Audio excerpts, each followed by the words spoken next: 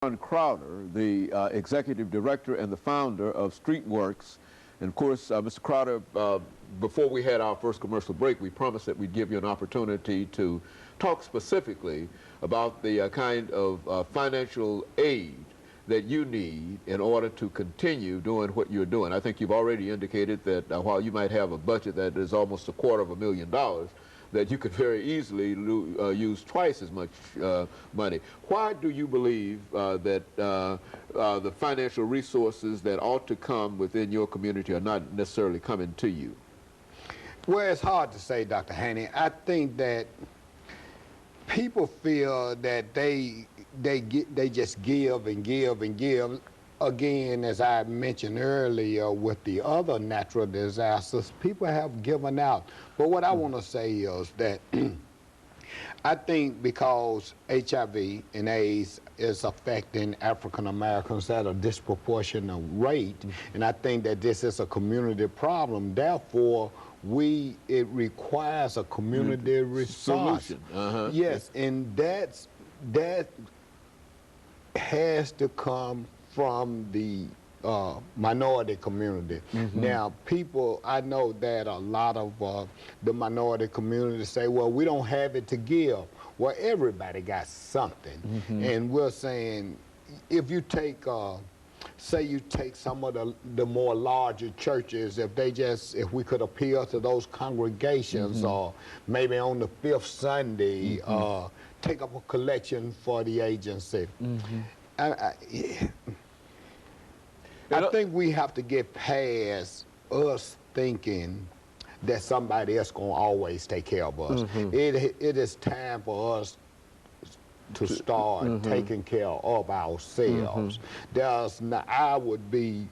I would venture to say that there's not an African American family in this city who's not impacted by this dreaded disease. You know, whether it's a long lost cousin, friend, or even a family member.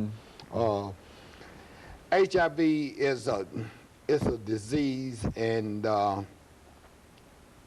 no one deserves it. We still in that denial, stigma, shame, guilt, and all of that.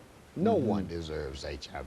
You know what I'm saying? And it's not getting any better. It's not we've getting talked any to you better. many times in reference to this, and each time you feel that when you come that it's worse now than it was previously. And is that a fair characterization? Yes, that is absolutely. We're still being, as we speak, I want to say that African Americans right now in the city of Nashville probably account for over 50% of all new HIV infections, and African American women account for probably somewhere around 80% of all new infections.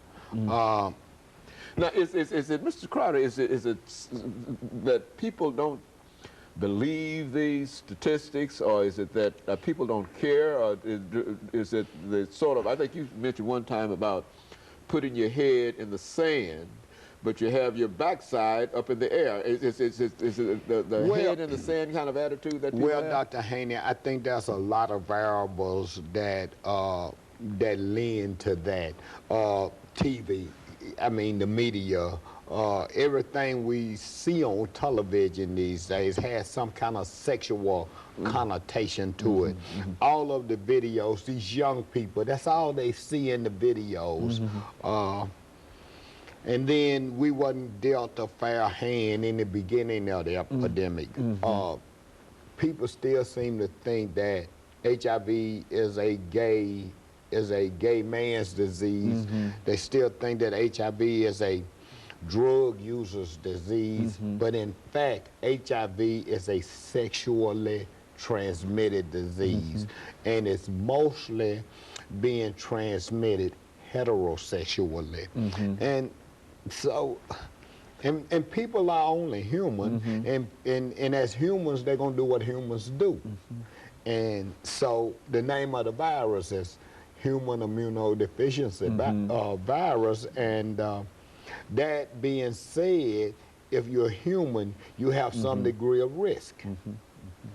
and still the finances are not coming in order to. Now, I think quite recently you made a trip to New York. Yes. And I think that some of the things that you talked about that they are doing in New York, you also would like to try to incorporate here in Nashville. Why don't you talk about well, some of those I went up to efforts? meet with Dr.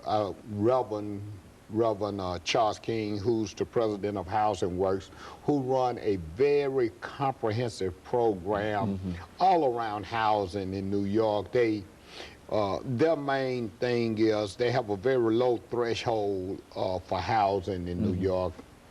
And when I say low threshold, and I don't want to be too critical here, is that in New York you don't have to pass a drug test to get into housing. Their thing is if we get them in the housing and then wrap the service around them, intensive supportive services, then that person maybe can get clean and get their life together. And we're just trying to replicate some of the programs that they're doing. Well, do you find that there's a real problem of housing and housing AIDS and HIV persons in Nashville here? Yeah, absolutely, because if you look at the bigger picture, if you got a person living with HIV or AIDS and they don't have housing, then they can't be adhering to their medications. And in the long run, we're paying, you know, the cost of taking care of that individual will probably 2 or 3-fold as if they had housing. And a lot of them can't get housing because they can't pass a drug screen. And then they just caught up in this vicious cycle. Well, is the purpose of the housing for those individuals, is not the purpose for housing, is housing for people with AIDS? So, well, they have a program called HOPWA. And that's exactly what it stands for, housing for people with AIDS. But there's not enough financial support for that kind of program. Is that what we're saying? There's not enough housing available. It's kind of like treatment on demand. We don't have that here. Okay, very good. And of course, we're making preparations for our second commercial break here, Mr. Crowder. And when we come back, we want you to say something about some of the possibilities of trying to find some kind of something for this particular virus and some of the things that are done in trials and et cetera, because I know that's something you like to talk about. And we'll be back with our audience following this very, very short commercial break.